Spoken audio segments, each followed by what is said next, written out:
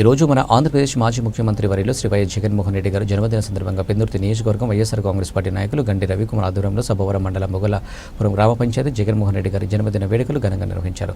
ఈ వైఎస్ఆర్ కాంగ్రెస్ పార్టీ సర్పంచులు, ఎంపీటీసీలు, గ్రామ పెద్దలు, నాయకులు, కార్యకర్తలు, మహిళలు, యువత పాల్గొని జగన్మోహన్ రెడ్డి గారి జన్మదిన వేడుకలు ఘనంగా నిర్వహించారు.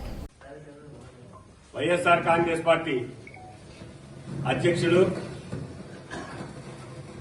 మాజీ ముఖ్యమంత్రి వర్యులు గౌరవశ్రీ జగన్మోహన్ రెడ్డి గారి జన్మదినం సందర్భంగా ఈరోజు ఇక్కడ మా గ్రామంలో అభిమానుల మధ్యన ఇక్కడికి వచ్చిన వాళ్ళందరూ కూడా జగన్మోహన్ రెడ్డి గారి అభిమానులే.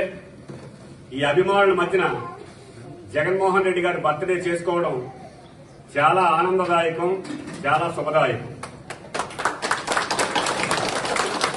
ముఖ్యంగా ఒక 2 విషయాలు జగన్మోహన్ రెడ్డి గారి గురించి మాకు తెలిసిన 2 విషయాలు మీతో పంచుకుంటాయి కదా. ఆయనకు 32వ ఏట ఉన్నప్పుడు ఆ వేళ స్వర్గీయ రాజశేఖర రెడ్డి గారి కార్యక్రమాల్లో ప్రచార నిమిత్తం ఆయన పార్టిసిపేట్ చేసిన ఫస్ట్ రాజకీయ రంగ ప్రవేశం చేసినప్పుడు ఆయనకు 32 సంవత్సరాలు. మరి ఈ రోజు 52 సంవత్సరాలు, 51 పూర్తి చేసుకుని 52 సంవత్సరాలు అంటే సుమారు 20 సంవత్సరాల రాజకీయ జీవితం గడిపిన మా మహనీయుడు, మా నాయకుడు, మా ఆరాధ్య దైవం జగన్మోహన్ రెడ్డి గారు మళ్లీ ఈ జన్మదినాన్ని పురస్కరించుకొని రేపు రానున్న రోజుల్లో మరింత ఉత్సాహంతో పనిచేసి మళ్లీ ఈ రాష్ట్ర ఆశాజనకంగా ఏదైతే ఎదురు చూస్తుందో మళ్లీ ఆ రోజు రావాలని చెప్పి ఈ రాష్ట్ర పేద ప్రజలు గాని అందరూ కూడా మళ్లీ ముక్తకంఠంతో ఎదురు చూస్తున్నారు. మళ్లీ జగన్మోహన్ రెడ్డి గారు ఎప్పుడు వస్తారు, ఎప్పుడు ముఖ్యమంత్రి అవుతారని. దానికి కారణం గడిచిన 5 ఏళ్లలో ఆయన చేసిన సంక్షేమం, ఆయన చేసిన అభివృద్ధి, ఆయన చేసిన పరిపాలన, ఇవన్నీ కూడా ఈవేళ వచ్చిన గవర్నమెంట్ 4 నెలల్లో ఇవన్నీ తేలిపోయాయి. ఎందుకు చెప్తున్నామంటే ఆ రోజు గతంలో చాలా మంది ముఖ్యమంత్రులు పనిచేశారు ఈ రాష్ట్రంలో.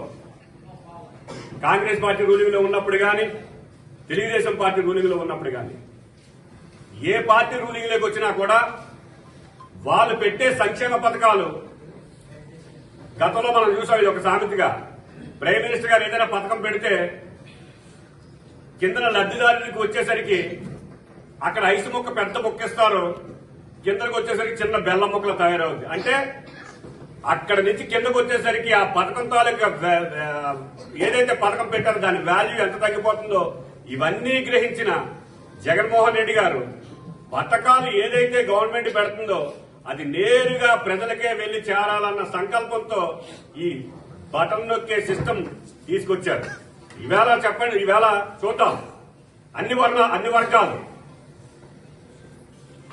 ఎస్సీల దగ్గర నుంచి, మాలల దగ్గర నుంచి, మంగళల దగ్గర నుంచి ఏ వర్గం, బీసీ అన్ని వర్గాలకి కూడా సంవత్సరానికి వాళ్ళ ఇంటికి ఎంతో కొంత డబ్బులు డైరెక్ట్ గా ఇచ్చే కార్యక్రమం జగన్మోహన్ రెడ్డి గారు చేశారు. వాళ్ళు ఎంతో ఆనందంగా డబ్బులు తీసుకుని వాళ్ళ కుటుంబంలో సంతోషంగా ఉండడమే కాకుండా ఆ పండగ రోజు వచ్చినా ఏదొచ్చినా కూడా ఎంతో సుఖంగా ఉండే పరిస్థితులు. మరి ఇవాళ చూడండి, ఇవాళ అప్పుడే ఆదే చెప్తున్నారు 6 నెలలు 8 నెలలు అయింది గవర్నమెంట్ వచ్చి. మరి ఫస్ట్ అసెంబ్లీలోనే మనం చూసాం జగన్మోహన్ రెడ్డి గారు అప్పుడే భయవేస్తూ చూస్తే అని చెప్పేసి వాళ్ళు గెలిస్తే 3 సిలిండర్లు ఇస్తాం ఒకేసారి అని అన్నారు. మహిళల్ని మభ్యపెట్టారు. మరి ఈవేళ ఏమంటున్నారు మీరు? 1 సిలిండర్. ఆవేళ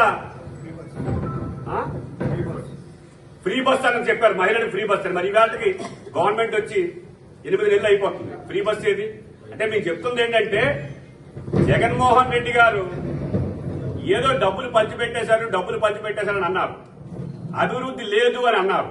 మరి ఇవాళ ప్రతి ఒక్కరు కూడా గ్రామీణ ప్రాంతాలకు చెందిన వాళ్ళమే కదండి. ఈవేళ గ్రామీణ ప్రాంతాలు మీరు అబ్జర్వ్ చేయండి.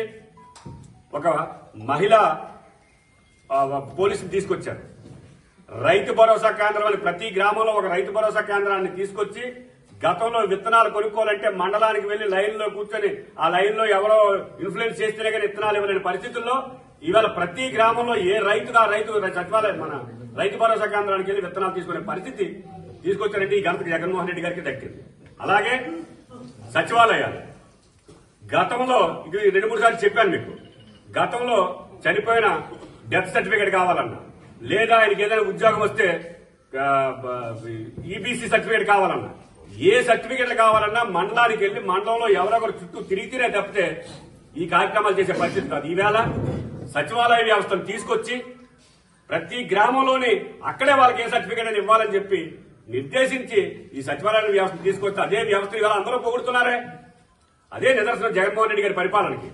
మేమేం చెప్తున్నామంటే ఇంకొకటి మీకు చెప్పాలి. క్లియర్ గా ప్రజలను మభ్యపెట్టే కార్యక్రమం చంద్రబాబు నాయుడు గారు ఒకటే ప్రచారం చేశారు.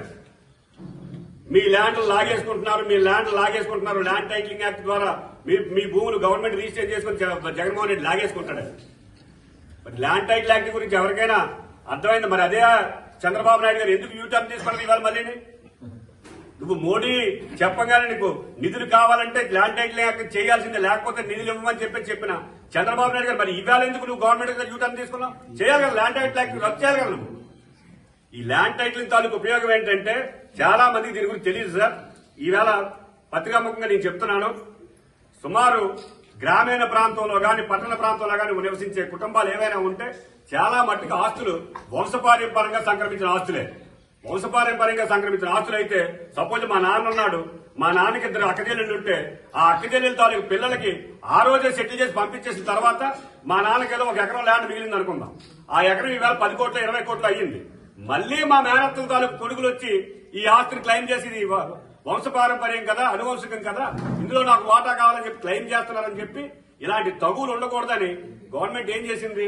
అనువంశికం వచ్చినా కూడా ఈవేళ ఎవరైతే పొజిషన్ లో ఉన్నారో, సపోజ్ గండ్రేవ్ ఉన్నాడా, లేదా పలానా ఎమ్మెల్యే దేవుడు ఉన్నాడా, లేదా పలానా వాసున్నాడా అని చెప్పి ఆడి పేరుని రికార్డు వెరిఫై చేసి ఈవేళ ఆయన పేరుని గవర్నమెంట్ రిజిస్టర్ చేసి ఆయనకు డాక్యుమెంట్ ఇస్తుంది.